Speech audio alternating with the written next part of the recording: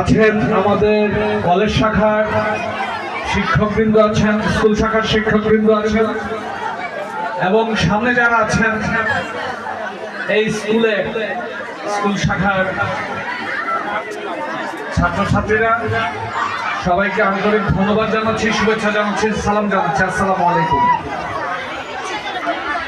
আসলে খেলাধুলা কি করে?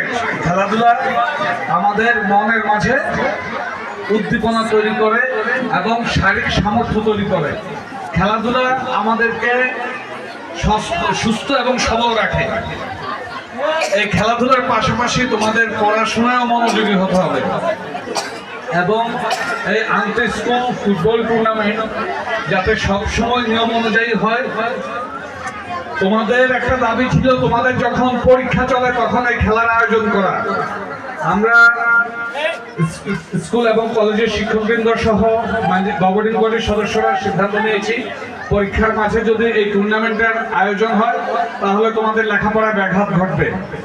এই কারণে আমরা তোমাদের এই ফুটবল টুর্নামেন্টটা একেবারে পরীক্ষার শেষে নিয়ে এসেছি। তো আমাদের প্রথম খেলা ছিল কি, আগে পড়াশোনা, তাই না?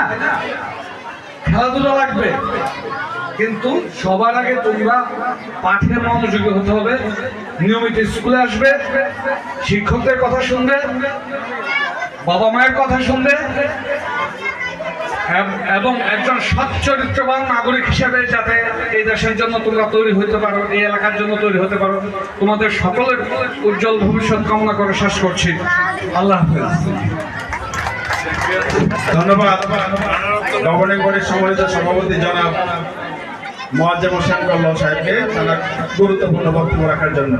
সুপ্রিয় শিক্ষার্থীবৃন্দ,